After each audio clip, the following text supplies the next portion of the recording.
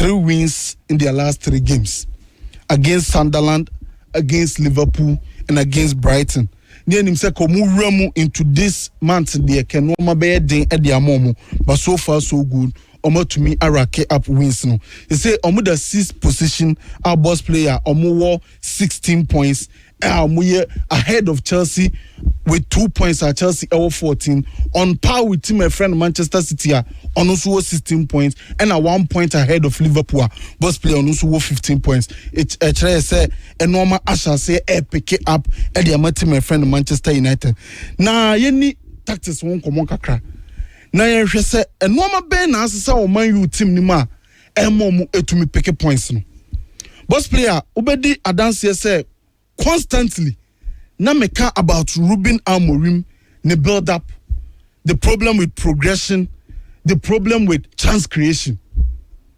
Constantly na meka about Ruben Amorim, the 5-2-3 zonal block no, how are exposed central areas in the space at the and how our midfield no yet to me overload womo.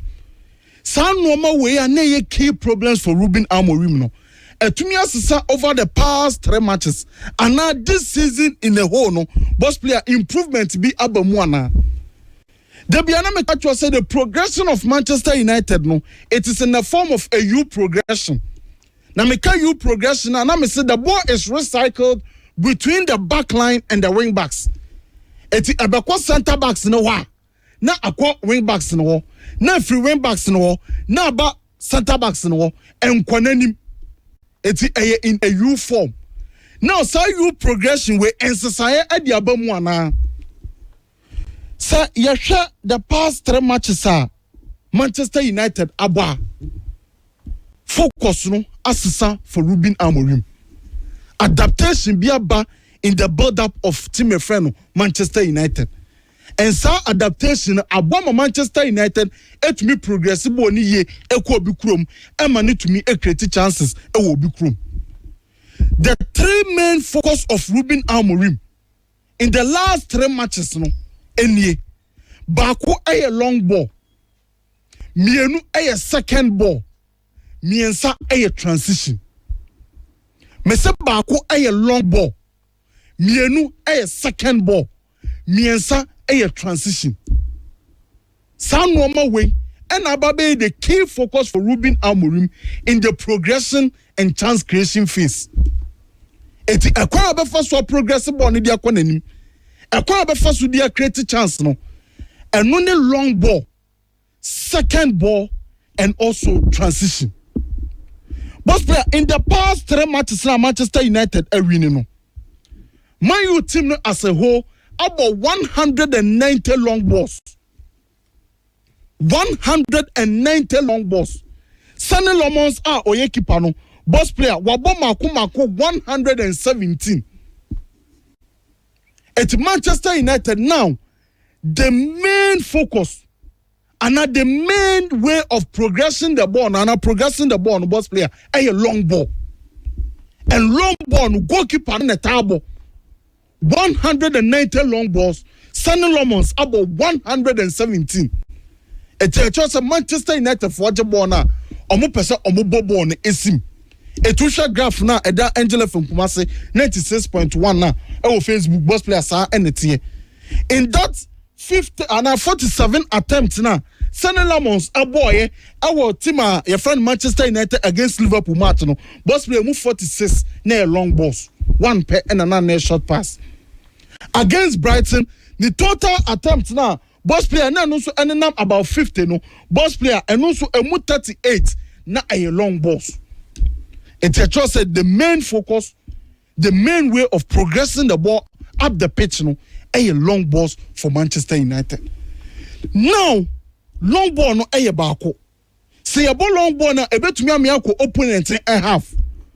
But a ball long ball na a to me pick a ball no. And so near to me a progressive ball no e dey go final third near to me dey create chance. And nothing I'm say long ball near first, not second ball no aye second. It's your ball long ball ni we are. There's no focus for Ruben Amorim and say you be picking second ball.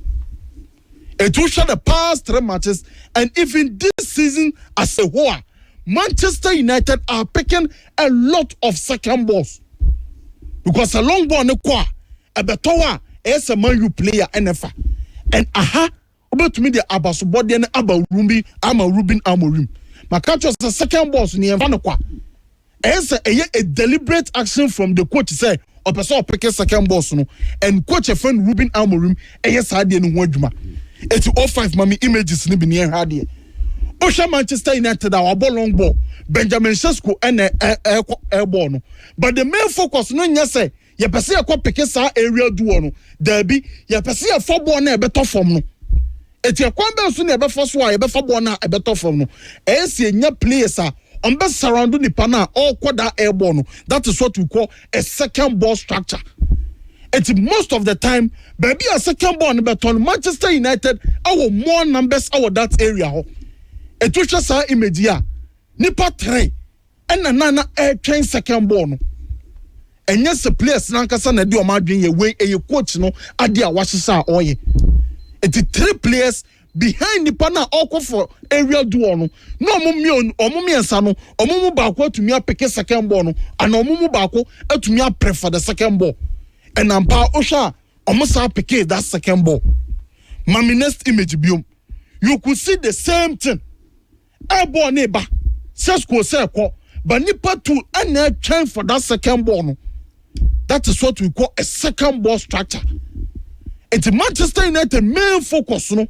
Adia elbow mumu to me win Sami and Satuaso no. Long ball is important, but long ball never tower. So second ball no, they have to pick the second ball. And Ruben Amorim is making sure say Manchester United will pick that second ball by making sure the second ball structure no very very good intact. Mostly they have numerical superiority behind the ball or betum they for those loose balls. It's the second ball is important. Now boss player I mean it's a first second ball now. I say to me the ball ni rough final third him. I say to me the create chance.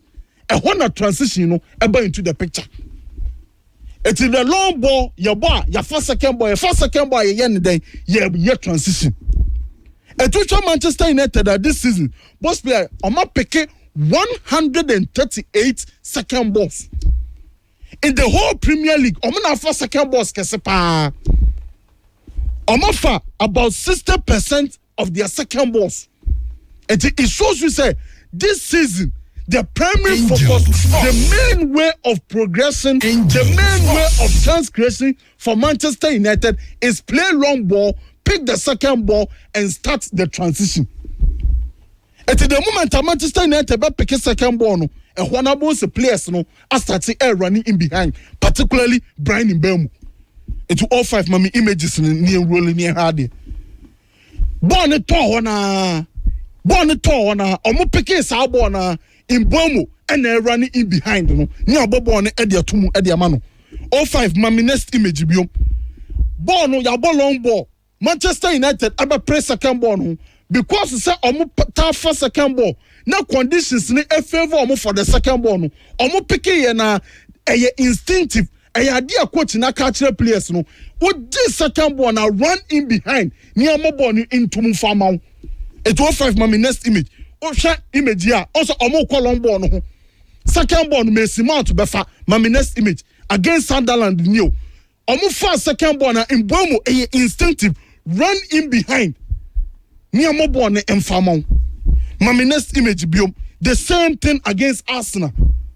Long ball from the goalkeeper. Manchester United a pick a second ball. He all be pick a second ball in Bomo who say man you play and fa or running in behind. That is what we call the transition. It's a long ball, second ball, transition. That is the main aim of progression, the main aim of chance creation for team and friend Manchester United. Now, boss player, Amomu goes against Liverpool, Amomu go against Sunderland, Amomu go. Etusha Sunderland now long ball nini, ball ni 12 now also obi running in behind or running in behind now or cutting back in Mbeumo ashe. Fameko Liverpool diano. Omo ball na the second ball structure is intact. And Bruno first second ball now. Obama Amadino in Mbeumo running in behind Manchester United for Eddie Ashe. And in Sisayaka Club Manchester United boom. Sa first na o inverted central center back no na ko de na bounce passes no ma ye wide overloads na ko ma bobo ne e de fam ni say entani wo biom untan who from Manchester United to say they are relying on long balls. Their main focus is to pick the second ball and start the transitions no matter to me their go and boss player it is paying off. It is paying off because Osha Manchester United this season are creating about 22 big chances. It's a plan of Ruben Amorim Diabana and yes and 22 big chances and no to me they are creating and boss player the problem no and your more big chance conversion no, that is 38.4%. Big chances now Manchester United are creating bebre from this ideology no, from this style no, boss player and not your more converting most of the chances no at the Ashepo no. And the pros and the cons of that Manchester United ball now or move ever into the picture. No Makachro say me ka coach na de no ye na me pese me hu boa e boa any boa emwa. Now the problem with long balls is that there is no sustainability. Say able to me boa I yield the results over the long term no anywhere because when you control over long balls. And yet time be na be for second ball. It is that sustainability no a problem at the meeting my friend Manchester United. That is one of the cons of the long balls. One of the cons of the second balls no more picking no. Say sustainability no because most of the time you cannot control the long balls. One of the cons they say boss player require intense sprints. Because on picking second ball now front line a to America bebre. Omo to America bebre so boss player and the fatigue bar a be result into injuries. It plays ni be to America bebre because e so mo pick second balls no e so mo ball transitions no and no see one problem with salon ball now to say Manchester United for an airborne. But some of the pros in saying affecting Manchester United players no because Cunha in Bromo omo the ability to run in behind.